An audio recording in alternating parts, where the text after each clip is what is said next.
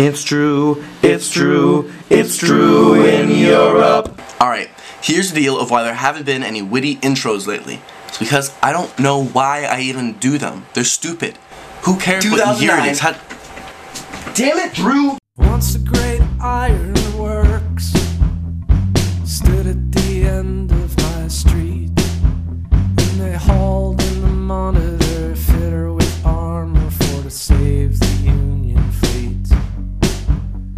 The River James was on fire. I had to run to make sure to catch a train that's going to Berlin this morning, otherwise I would have had to wait until almost noon, so 9 o'clock now. So, got a 6-hour train ride ahead of me to Berlin, and then I'll be in Germany for a while. So, things looking good.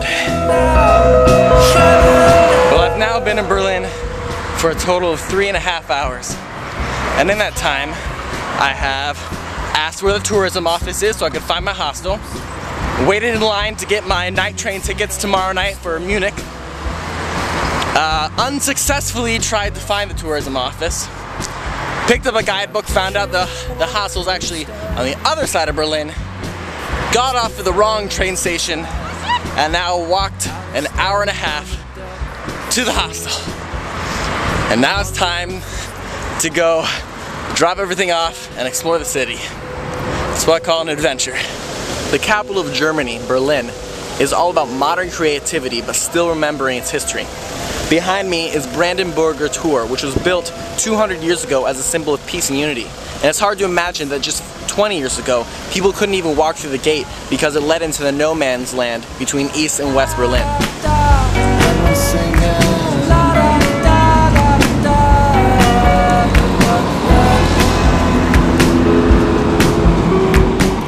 The Holocaust Memorial, that's close to Brandenburger Tor, has 2,700 of these cement pillars all over the place. The number doesn't necessarily mean anything, but it just sprawls out over this huge square. And what's interesting is nearby, underneath an old parking lot, is where Hitler's bunker is. And these old Nazi locations aren't really publicized much because they don't want any neo-Nazi followers to be holding any demonstrations there, so they've been kind of kept under wraps. But for the insider, you kind of need to find out from the locals where everything is. Invented 50 years ago, the currywurst is a Berlin must. It's pretty much just a bratwurst with curry powder and ketchup all over it. But it's delicious.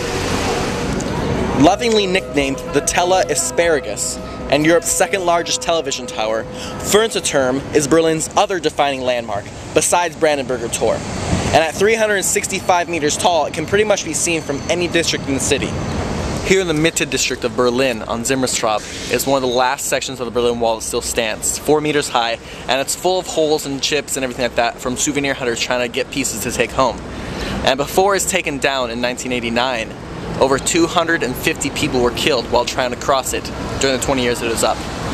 Built during the turn of the last century, the Berliner Dome was severely damaged during World War II, and it wasn't until the mid-1990s that the interior was sufficiently restored to hold services. Of the original cathedral, which stood on the same site since 1750, only the altar frieze depicting the 12 apostles, the font, and 2 candelabras survive.